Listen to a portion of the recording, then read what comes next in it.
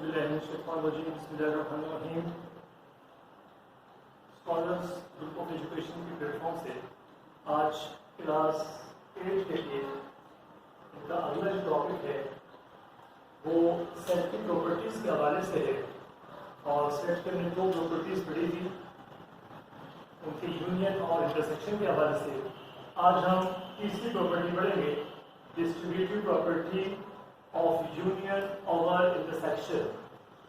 Distributive property of union over intersection, इसमें अगर आपको रेफरेंस 3 सेट दिए जाए और 3 सेट में यूनियन और इंटरसेक्शन की प्रॉपर्टी बैक वक्त इस्तेमाल हो, तो ये प्रॉपर्टी या ये कानून हम ये बताता है कि A union B intersection C, 3 sets होंगे हमेशा, A union into B intersection C. तो ये प्रॉपर्टी जिसको हम क्लोज करेंगे तो हो जाएगी ए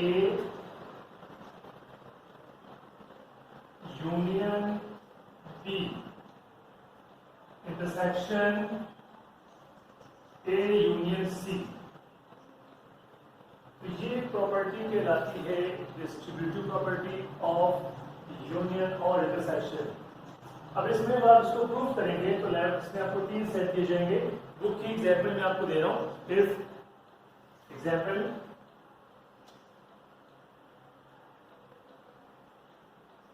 A is equal to 1, 2, 3, 4, 5, 6 and 10। B हमें गिवन हो जाए, B के जो एलिमेंट्स है वो 5, 10, 15, 20 and 25। इसी तरह जो हमें C गिवन है, C के जो एलिमेंट्स है वो 2, 3,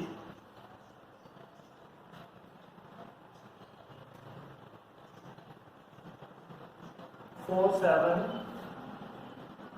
and 30। अब यहाँ पे हमने क्या करना है कि जो प्रूफ आपने करना है, जो हमें गिवन है, कि आपने क्या प्रूफ करना है, then show that या prove that A union B intersection C is equal to A union B intersection A union C। अब इसके जो आप सोल्यूशन देंगे बेटा, मैं सारा फॉर्म बिठा रहा हूँ क्योंकि सारी चीज आपके पास मौजूद है।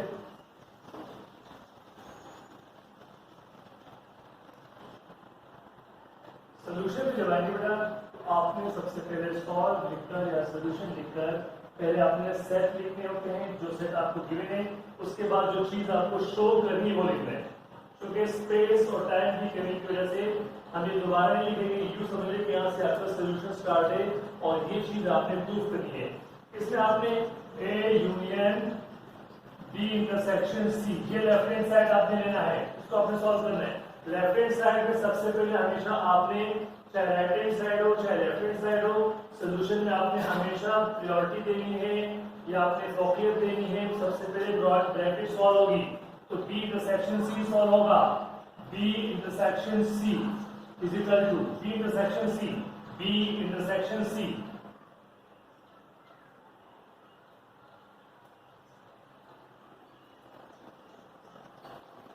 बी के एलिमेंट्स बेटा 5, 10, 15, 20, 25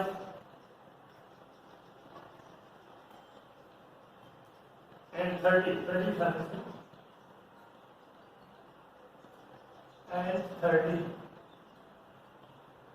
मौजूद है, 30। तो बी इंटरसेक्शन सी, इंटरसेक्शन का मतलब होता है दोनों सेट्स में से इंटरसेक्शन।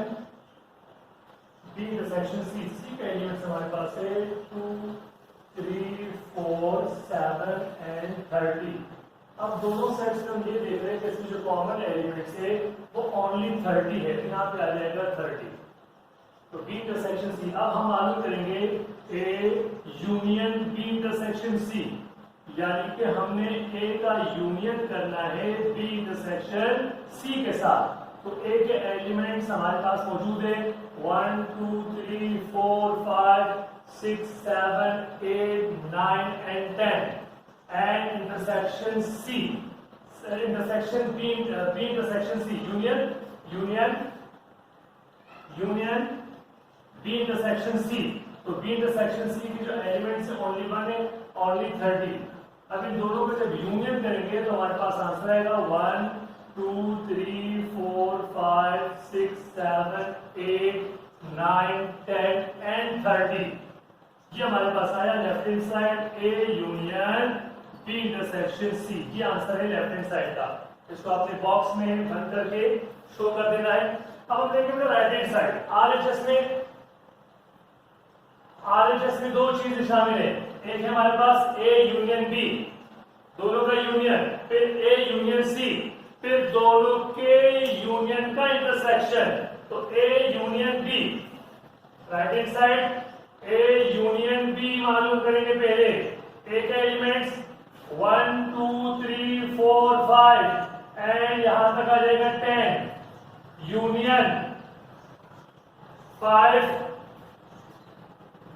10 15 20 25 और 30। यू समझ लीजिए 5 का टेबल 30 तक जा रहा है। अब जब दोनों का यूनियन करेंगे ए यूनियन बी, तो बेटा देखिए जरा 1 2 3 1 2 3 4 5 क्या गया 10 तक आ जाएगा सारा। 10 के बाद जो एलिमेंट्स है क्योंकि इसमें सारे यूनियन करने हैं तो 10 तक एक साथ आ गया। 10 के बाद आपके पास 15 है, 20 है, 25 है और 30 है। ये बन गया दोनों का union. Now we find a union C. A के एलिमेंट्स तो भैया देंगे बेटा 1 2 3 4 5 एंड 10, यूनियन सी। सी के जो एलिमेंट्स है रैंडम में 2 3 4 2 3 4 7 एंड 30। अब आपने दोनों का यूनियन करना है तो A union C is equal to 1 2 3। अब 10 तक तो एलिमेंट यहां पे सेम आ जाएंगे सारे। 10 के बाद जो सी में बड़ा एलिमेंट है 7 इसमें आ चुका है, 4 आ चुका है, 3 आ चुका है, 2 आ चुका है, लेकिन 30 नहीं आया तो 30 आ जाएगा 10 के बाद। अब ये दोनों सेट का ए यूनियन सी और ए यूनियन बी हमें फाइंड आउट हो गया। अब इन दोनों के यूनियन का इंटरसेक्शन करना है। A union B intersection A union C is equal to, अब ए यूनियन बी हमें फाइंड आउट हो चुका है 1 2 3 4 5 एंड ये जाएगा 10 15 20 25 एंड 30। इसी तरह इंटरसेक्शन ए यूनियन सी, तो ए यूनियन सी 1, बल्कि मैं इसको जरा नीचे लिख रहा हूं, इंटरसेक्शन सी 1 2 3 10 एंड 30। अब आप देखिए बेटा A union B intersection A union C is equal to हो जाएगा, दोनों सेट्स का हमने इंटरसेक्शन करना है तो हमें ये नजर आ रहा है तो 1 से लेकर 10 तक तो दोनों में कॉमन है, एक जैसे ये तो आ जाएगा 1 2 3 4 एंड 10। अगेन बल्कि आप इसको पूरा लिखिए 5 6 7 8 9 10। ये 1 से लेकर 10 तक दोनों में कॉमन है। 10 के बाद जो नंबर आ रहे हैं पहले सेट पे वो 15 20 25 और 30 तक, लेकिन दोनों में सिर्फ 30 कॉमन है, तो ये हमारे पास आ गया। अब अगर आप गौर करें लेफ्ट हैंड साइड और राइट हैंड साइड में हमारे पास जो आंसर आएगा वो 1 से लेकर 10 एंड इंक्लूडिंग 30। यहाँ पर भी 1 से लेकर 10 और 30 शामिल है, तो left hand side is equal to hands LHS is equal to RHS 2 हो जाएगा। इसके लिए आपको जो असाइनमेंट करना है, ये तो बुक एग्जाम्पल थी, इसी से रिलेटेड एग्जाम्पल, इसी से रिलेटेड जो क्वेश्चन है बेटा वो एक्सरसाइज 1A में क्वेश्चन नंबर 7 आपने करना है। एक्सरसाइज 1A और क्वेश्चन नंबर 7, क्वेश्चन 7 करना है, पेज नंबर 8 के ऊपर मौजूद है, पेज नंबर 8। लेकिन साथ ही साथ आपने एग्जाम्पल भी करनी है। तो ये हमारे पास तीसरी प्रॉपर्टी थी, डिस्ट्रीब्यूटिव प्रॉपर्टी ऑफ यूनियन और इंटरसेक्शन। इस प्रॉपर्टी को हमें प्रूव करना था, ये बुक एग्जाम्पल थी, 3 से दिए हुए हैं। A union B intersection C equal होता है A union B intersection A union C. आपको या तो क्वेश्चन की फॉर्म में दिया जाएगा कि प्रूव करें, और या फिर आपसे कहा जाएगा कि prove the distributive property of union और इंटरसेक्शन। तो तब भी आपको ज़बानी याद होनी चाहिए और 3 सेट आपको इसके लिए गिवन हो गया। ये आप लोग निकल गया इंशाल्लाह ताला। अल्लाह हाफिज़, थैंक यू।